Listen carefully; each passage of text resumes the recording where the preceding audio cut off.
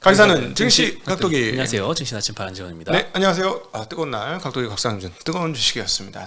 아주 드디어 외국인 돌아왔네요. 네.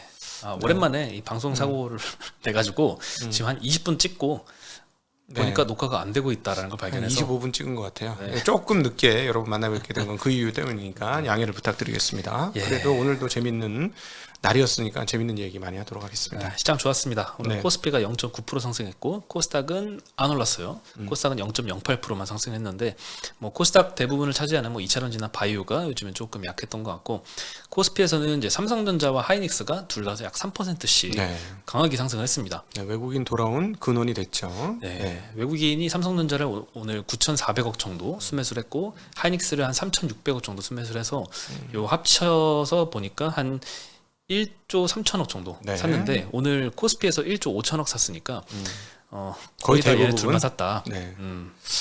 지금 분명히 이제 말씀드렸습니다만 모바일 폰의 증가가 이 기존 사업 디램 뭐 LPDDR, DDR 뭐 이런 쪽으로 확대를 할 것이다. 이걸 분명히 외국인이 반응할 것이다라고 개인적으로 봤고요. 오늘 이게 드러났는데 이런 모습을 보면서 굉장히 안타까운 게 뭐냐면은 이 국내 시장 참가자들은 관심이 아직 없어요. 저희가 그렇게 입 아프게 떠들어댔는데 우리가 계속 삼성 잘해야 된다 막 이렇게 힐난과 안타까움과 조롱과 조소를 섞어가면서 했는데 제가 드리고 싶은 말은 WWDC에서 발표한 게 정말 큰 건입니다. 이 업체한테는 삼성전자한테는. 근데 이거를 사람들이 이해를 못하는구나. 외국인들은 지금 산 이유가 그것과 저는 연관되어 있다고 보고요. 오늘 저녁에 연합인포에 나가서도 이 얘기 다시 한번 드릴 텐데 이거를 좀 빨리 인식을 했으면 좋겠어요. 잘못하면 또 95,000원 막 이렇게 갔을 때 사람들 뛰어들 수도 있어. 네, 각도기님도 이야기했지만 꼬밍치가 또 해외에다가 얘기를 했거든요. 그러니까 메모리 수요다 이건. 외국인들 이거 오죽 했으면 공부를 해보면 여러분 시스템 반도체보다 메모리가 더 헤게모니가 커요. 이게 엄청난 사건이거든. 네, 기대를 해보겠습니다. 네. 올라갈 때가 됐죠. 지금 너무 부진했었어요 지금까지. 네. 오늘 업종별로는 뭐 의료 정밀이 1등했는데 ST 바이오센서가 9% 정도 상승을 했고, 뭐 DI, KC텍 이런 반도체 업체들도 좀 크게 상승했습니다. 네. 유통업에서는 포스코 인터가 20% 상승을 했습니다. 그리고 교촌 F&B가 7%. 요즘에 치킨도 굉장히 많이 상승을 했고 교촌 F&B 교촌 치킨이 먼저 가격을 선제적으로 올렸고 그 다음에 지금 뭐 BBQ, BBQ나 이런데 가격을 막 올리고 있어요. 제가 좋아하는 처갓집도 지금 가격이 상당히 많이 올라와 있는데 처갓집 좋아하는구나. 처갓집이 아주 단짠단짠의 대명사죠. 장모님 좋아하겠네. 처갓집을 좋아해. 제일 맛있는 것 같아요. 처갓집이. 그래서 이제 교촌이 처음에 올렸을 때는 수요가 막 감소하면서 매출 떨어져서 주가가 안 좋았는데 이제는 다른 데도 올리니까 확실히 좀 주가가 반등을 하네요. 네. 그리고 전기가스 업종에서는 한국가스공사가 13% 급등했습니다. 이 무거운 주식이. 한국도 이제 산유국이 되길 기대를 하는 것 같아요. 그리고 전기전자에서는 전선주들 그리고 뭐 반도체 소부장들, 뭐 HBM 관련주들도 올랐고 LG엔솔, LNF도 3%씩 반등을 했는데 지금 테슬라가 주간 거래로 한 6% 올랐어요. 네. 통과했죠? 네. 보상안 통과했고 뭐 텍사스 이전안도 뭐 통과했고 그리고 하이닉스, 삼성전자도 3% 올랐던 영향이었고요. 기계 섹터에서는 한미반도체가 또 8.7% 급등했습니다. 어제도 급등했는데 오늘도 별다른 뭐 공시나 이런 발표 없이 이렇게 급등을 했습니다. 뭐 나올 것 같긴 한데 하여튼 LG전자를 역전했습니다. 네, 뭐 나올 것 같다는 느낌은 드는데 아직 나오신 게 없어요. 그리고 LG전자는 충격받지 않았을까요? 그 LG전자 내부에선? 그럴 분들일까? 잘 모르겠는데. 그럴 분들이었으면 주주 친화적으로 좀 더 하셨어야지. 여기는 좀 주주 친화적이잖아. 또 공격이시죠? 한미는 아니 공격 아니에요. 배당을 좀 많이 주시면 되지. 한미반도체는 이런 공격적인 주주환원에 약간 주주들도 좀 부담스러운 느낌? 그래도 돼? 약간 주주들이 오히려 걱정할 정도로 주주환원을 좀 심하게 하시는 것 같아요. 아니요, 매출액 대비 지금 시가총액은 좀 많이 높아요. 매출액 1조도 안 됩니다. 그러니까 이제 곧 1조 넘긴 할 텐데 매출액 대비 15배라고 주가가? 매출액이 다 이익이 돼도 15배인 거잖아. 그럴 수는 없는 거니까 굉장히 빠르게 올라오고 있습니다. 그리고 오늘 뭐 섬유의복, 보험, 의약품 이런 데가 좀 안 좋았고 요즘 바이오는 어제 그 생물보안법이 국방수권법 개정안에서 제외됐다는 소식 때문에 CDMO 업체가 어제 좀 급락을 했어요. 하이닉스도 어제 한 16% 정도 급락을 했고, 근데 오늘 조금 반등은 했네요. 네. 네, 근데 오늘도 뭐 바이오 업체들이 그렇게 별다른 특징은 없었고, 네. 오늘 아침에 그 FOMC 결과 나왔고 CPI가 또 어제 나왔잖아요. 거기에 아마 미국 증시에도 굉장히 좀 반응이 뜨거웠고, 나오자마자 이렇게 채권 금리 떨어지고 네, 주식 빵 뜨더라고요. 아주 수직 하락했고요, 금리가. 네, 굉장히 많이 10bp, 13bp인가 바로 떨어졌어요. 그러다가 이제 그 연준 그 기자회견 하고 하니까 되게 좀 매파적인 분위기 도니까 금리 올해 연말까지 뭐 상황이 안 좋으면 그냥 그대로 있을 거야, 뭐 이런 식으로 얘기해 버리니까는 다시 이제 반등을 했죠, 금리가. 네. 요즘은 이제 CPI나 FOMC 잘 안 보는 것 같아요. CPI는 특히나 요즘 몇 개월 연속으로 예상치보다 한 0.1%포인트 하회한 숫자를 계속 발표를 하고 있습니다. 네. 이번에도 전년 대비 CPI가 3.3% 상승했는데 예상이 3.4%였고요. 전 월 대비로는 예상이 0.1%였는데 0% 나왔습니다. 딱 예상치보다 전년이든 전월이든 딱 0.1%포인트 하회를 해서 네. 너무 아름다운 수치가 나왔던 것 같아요. 네. 사실 이제 거시는 뭐 이제 미국 주택 가격 어떻게 될 건지 계속 관찰을 하고 있습니다. 네. 네, 참 이렇게 거시 경제 이런 매크로 이슈가 주식에 영향을 좀 안 미치는 이런 시장이 좀 마음이 편한 것 같아요. 네, 22년도는 정말 거시로 뭐도 안 되는 시장이었죠. 네. 지금 다른 나라 투자자들도 그렇게 막 파월의 입에 주목하고 막 해석하고 실시간으로 보고 막 그럴까요?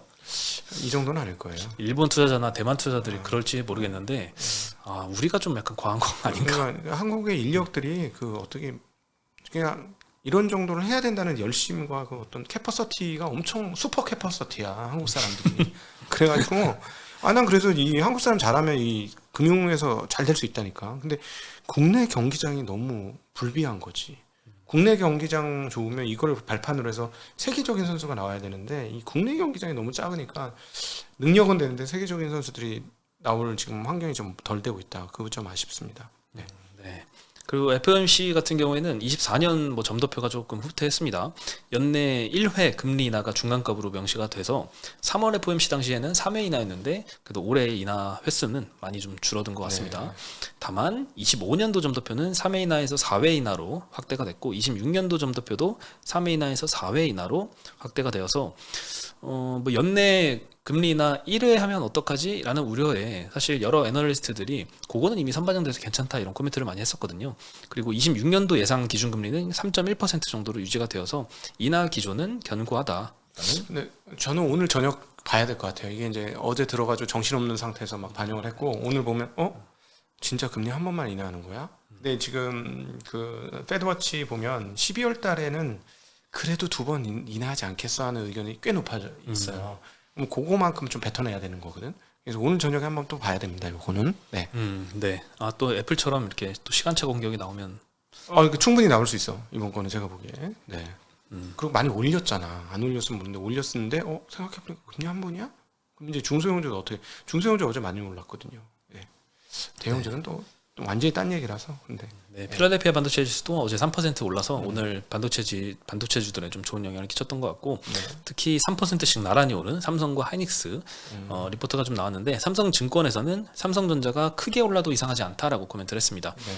삼성전자의 모두가 바라는 그 HBM, 엔비디아 콜테스트는 예정된 기한 내로 통과할 것이다 라고 긍정적으로 의견을 냈는데 예정된 기한이 언제냐? HBM3E 8단과 12단이 현재 테스트 중인데 8단은 6월까지, 12단은 9월까지 진행이 될 거다라고 예상을 하고 있는 거예요.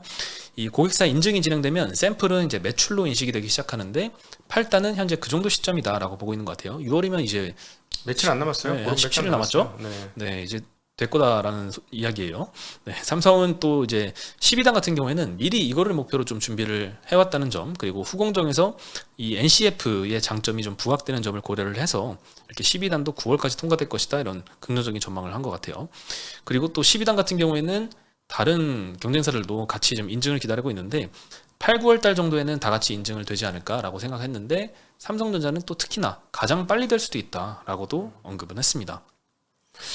가장 빨리 될지는 잘 모르겠고 되면 좋겠고 그다음에 NCF 방식이라는 게 중간에 이렇게 칩과 칩 사이에 필름을 끼워놓고 거기다 가열을 해서 녹여가지고 붙이는 방식이거든요. 네.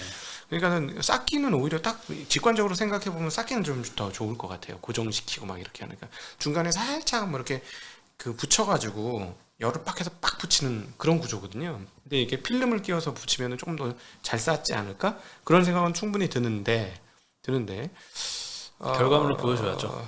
뭐 우리는 한 10번 정도 양치기 소년 당해가지고 이제는 이런 거보다는 실제로 발표를 해서 그냥 그때 그냥 한꺼번에 반영되는 게 낫겠다 이제는 뭐 그런 생각은 듭니다. 네. 되길 모두가 기다리고 있습니다. 네. 네, 그리고 뭐 12단 제품은 B100이나 B200 이런 이제 GPU 제품보다는 블랙웰 울트라라고 불리는 B300에 주로 쓰이는데 이게 25년도 3분기에 양산할 예정이라서 그 전부터 미리 부품은 주문해야겠죠. 그래서 HBM은 이 연말부터 일부 납품을 시작할 거다. 그래서 올해 연말에는 삼성전자가 뭐 납품을 하더라도 숫자상으로 찍히는 거는 그렇게 크진 않을 텐데 내년부터는 좀 기대가 되고 그 이슈만 가지고 통과 이슈만 가지고도 지금 하이닉스와의 많이 벌어진 이 밸류 갭은 좀 메꾸지 않을까라는 생각이 듭니다. 지금 멀티플 2배 차이입니다. 네. 네, KB증권 같은 경우에는 하이닉스 목표가를 28만 원으로 17%나 상향을 시켰습니다. 예전에는 이 하이닉스, 삼성전자 이런 목표가 뭐 5%씩, 10%씩 이렇게 상향하지 않았나요? 17%씩 상향하고 이런 건 좀 수치가 좀 오랜만에 보는 것 같은데 네. 이 마진이 상당히 높은 HBM 매출 비중이 D램 매출의 3분의 1 정도 이렇게 차지를 하면서 올해 ASP가 전년 대비 80% 상승을 한다라고 합니다.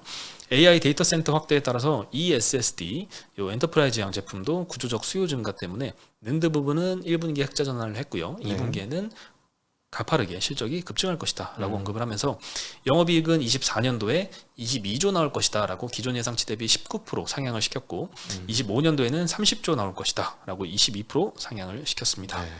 30조면은 10배만 해도 300조예요. 그렇죠. 이제 지금 150조 좀 넘은 거니까 2배가 된다는 거지. 25년도에 주가도 만약 맞다면 이게. 근데 우리가 모두가 알고 있는 그 시클리컬 공식 있잖아요. 시클리컬은 PR이 낮을 때 팔아야 되고 PR이 낮을 때 싸다고 사면 안 된다. 네. 근데 이제 만약에 30조가 되면 지금 150조니까 PR이 아주 낮아지는 상황이잖아요. 네네. 그러면 이제 팔아야 된다라는 거죠. 근데 저는 원래는 내년도 상반기까지가 피크 찍고 이제 내려온다라고 생각을 하고 있었어요. 우리 이주환 박사님이나 이렇게 하고 대담을 해보면 그런 정도의 감이 잡혔는데 조금 분위기 보니까는 좀 더 그 피크가 지연될 수도 있다. 그러니까 좀 피크 시점이 조금 더 늘어날 수도 있다라는 고민을 좀 해봐야 되는데 왜냐면은 그 WWDC에서 애플이 새로운 그 AI 전략을 발표를 했기 때문에 모바일 쪽에서의 수요량에 대한 새로운 검증이 좀 필요한 것 같습니다. 예, 그래서 만약에 그렇게 되면은 생각보다도 내년도까지도 굉장히 가열차게 AI 온 디바이스 쪽으로의 수요 그 증량이 있을 가능성이 있어서 그거에 대한 고민이 좀 필요하지 않겠나요? 제가 이것과 관련해서는 오늘 저녁에 연합인포맥스에 나가서 각도기의 전략 노트에서 또 얘기해 보도록 하겠습니다. 네. 네. 그리고 24년도 영업이익 22조로 지금 제시를 했잖아요. 네. 이전의 최고치가 18년도에 20.8조였거든요. 요거를 뛰어넘고 최대 실적을 경신하는 실적을 올해 낼 것이다라고 전망을 한 거예요. 네. 근데 그때보다는 지금 주가가 높잖아요. 훨씬 높죠. 그러니까 땡기고는 있는 거지 지금. 왜냐하면 그 다음 연도에 30조를 반영을 하는 걸 테니까. 네네. 네. 근데 만약에 30조를 반영하면 중간에 장중에 한 번은 지금보다 2배 한번 찍고 내려와야 된다는 얘기 아니겠어? 하이닉스가? 지금의 2배요? 왜냐면 30조를 하는데 300조 한 번은 찍어봐야 될 거 아니야. 영업이익의 10배. 뭐 그렇게 엄청나게 대단한 것도 아니고 빠질 때 빠지더라도. 그렇죠. 뭐 어느 정도 올랐다 떨어질 수도 있는데 네. 여기서 2배는 아니, 쉽지 않지 않을까요? 왜 마이크론이 200조가 넘는데 마이크론하고 잽이가 안 되는 훨씬 큰 회사야 마이크론보다. 그렇죠. HBM도 9대 1이에요. 9대 1이 더해. 그러면 그거 반영하면 지금 한국에 있어. 그러니까 결국 한국 투자자들이 지금 딴 데 가 있는 거예요. 한숨이 너무 깊으신데.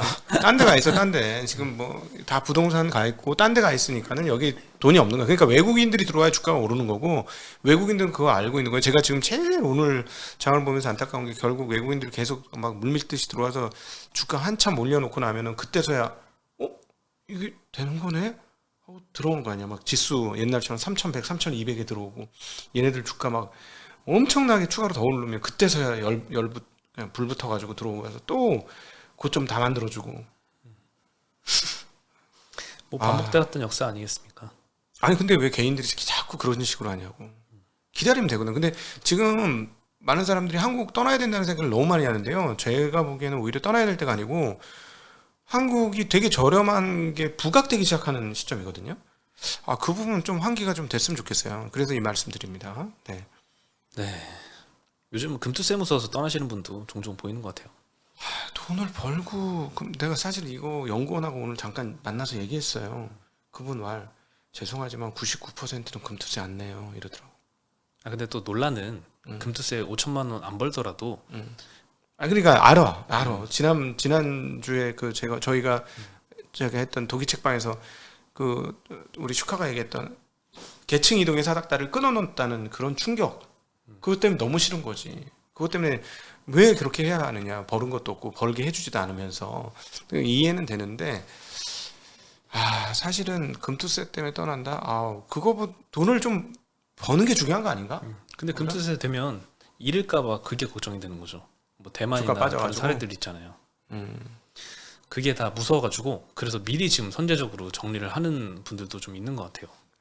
지금 여기서 실제로 그래서 얻어맞으면 별로 많이 안 얻어맞던데 주가가 올라와서 얻어맞으면 크게 맞지만 주가가 안 오른 상태에서는 지금 안 올랐어요 한국 주식은. 근데 아무래도 그 법안에 약간 보완점들이 조금 보이는 것 같아서 누가 봐도 보이니까 조금 합의가 어느 정도 되지 않을까. 몰라도 저기 원천징수 그딴 식으로 하면 안 되지. 좀 수정이 필요해 보입니다. 네, 그리고 전력 관련주, 전력기기나 이제 전선주들 오늘 좀 급등을 했습니다. 근데 이제 21대 국회에서 한번 발의됐다가 회기가 종료되면서 자동 폐기됐던 법안인데 그 전력 수요 증가에 따라서 국가 전력망을 대폭 확대하는 이 전력망 특별법 요게 다시 발의 논의 중이라고 합니다. 그래서 이것도 좀 모멘텀으로 작용한 것 같고 오늘 전력주들 다 좋았는데 대한전선만 빠졌습니다. LS전선의 케이블 기술을 유출했다는 혐의로 대한전선이 압수수색 들어왔는데 대한전선의 잘못인지는 아직 명확하진 않고 가운건축이라는 설계 회사가 있습니다. 이 회사가 LS전선의 이 고전압 해적 케이블 관련 설계도 유출 혐의로 지금 부정경쟁방지법 위반 혐의로 조사 중이라고 합니다. 근데 가운건축이 요 유출한 기술로 대한전선의 공장을 건설을 했다. 그래서 뭔가 커넥션이 있는 게 아닐까 이런 의심을 받고 있는 것 같아요. 그래서 사실 뭐 대한전선이 뭔가 가담을 했다면 주가는 훨씬 더 빠졌을 것 같은데 게다가 많이 올랐잖아요. 근데 오늘 4.6% 정도만 하락을 해서 별다른 이슈가 아닌 걸로 시장에서는 좀 보고 있는 것 같고 그렇게 지나가기를 바랍니다. 네. 그리고 뉴욕타임즈에서 이제 K푸드에 대한 또 극찬을 했습니다. K푸드를 판매하는 판매점이 급성장하고 있다라고 언급을 하고 있는데 대표적으로 이제 급성장하고 있는 데가 한국 식료품점인 H마트. 이거는 미국에 사시는 분들은 굉장히 유명한 마트인 것 같아요. 한 40년 정도 된 마트가 있는데 한국 사람들 위주로 좀 영업을 많이 해왔는데 이제는 비한국인들도 한 30%는 오고 있다라고 좀 코멘트를 하고 있습니다. 이 기업 가치가 2.7조 원이 거론되고 있어요. H마트가.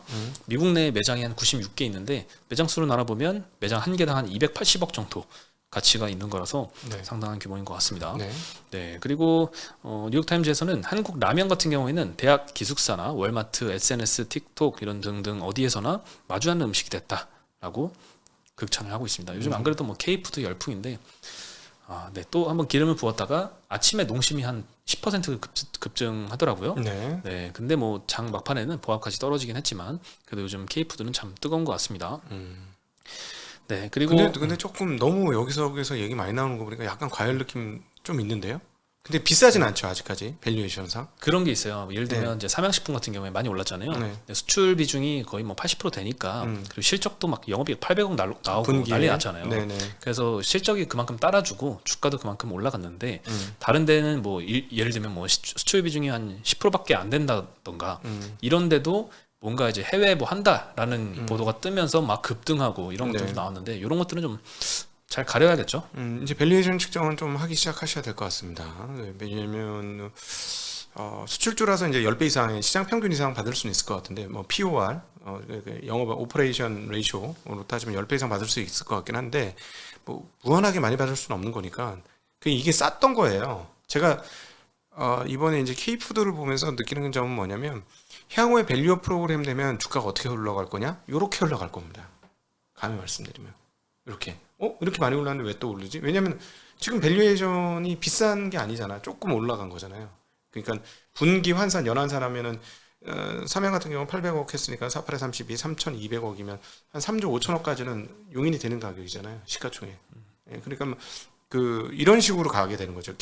나중에 밸류업 돼가지고 가는 놈들은 뭐 배당도 주는데 자산도 많은데 얘네들이 뭔가 판매도 계속 증가해 뭐 이러면 너무 싸잖아 뭐 이렇게 되면 이런 식의 흐름들이 나올 거다라고 생각하고 있습니다. 네. 그리고 오늘 또 삼양식품에 불닭 소스 공급하는 S&D라는 회사가 시총이 한 1,000억밖에 안 되는데 오늘 상한가를 갔습니다. KB증권에서 리포트가 나왔고 면 스낵 성장의 최대 수혜주다라고 거론을 하고 있습니다. 네. 지금 어제도 농심에서 울산에 2,300억 규모 증설한다라고 공시를 냈고 삼양식품도 예전부터 밀양 공장 짓고 뭐 제2 공장 또 라인 또 추가하고 이번 달에도 그런 공시 나왔잖아요. 이렇게 공장을 많이 고객사들이 좀 늘려가면 이제 S&D도 따라서 증설을 할 것이다라고 전망을 하고 있습니다. 네. 그리고 테슬라 같은 경우에는 이제 주주총회 결과가 나왔죠. 그래서 네. 그 오늘 장에서 보상안, 많이 올라가고 있습니다. 네, 그래서 머스크한테 돈 주는 거죠. 네, 보상안 통과됐고 네.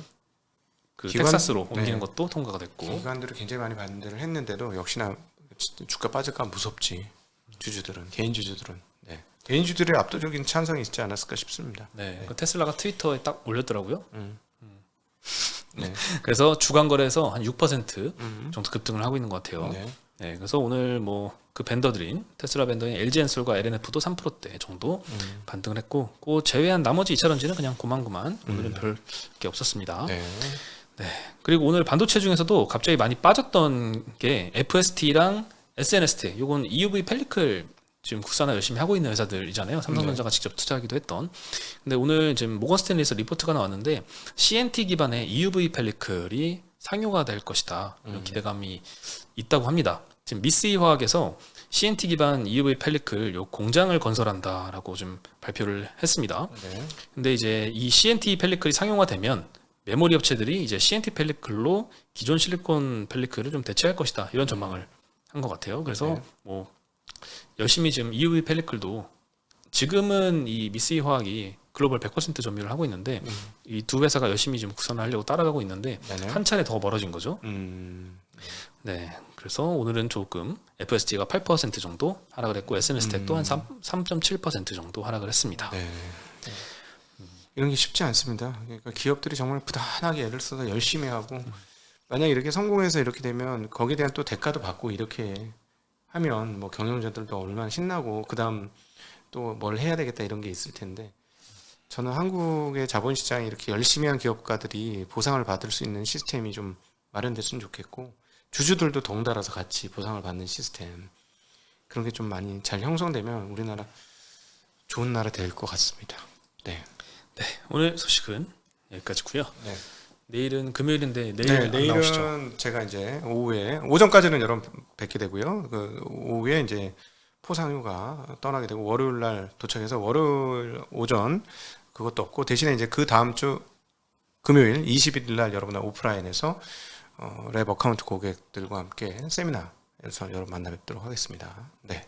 이제 다 찬 것 같아요. 네. 고객분들이 네. 따로 전체 메일 안 보냈는데도 음. 지난번에 이제 신청 못하신 분들이 꽤 많으셔가지고 지난번 에 네. 신청했는데 탈락되신 분들이 많아서 네. 그분들 우선적으로 좀 모시려다 보니까 네. 이번에는 좀 네.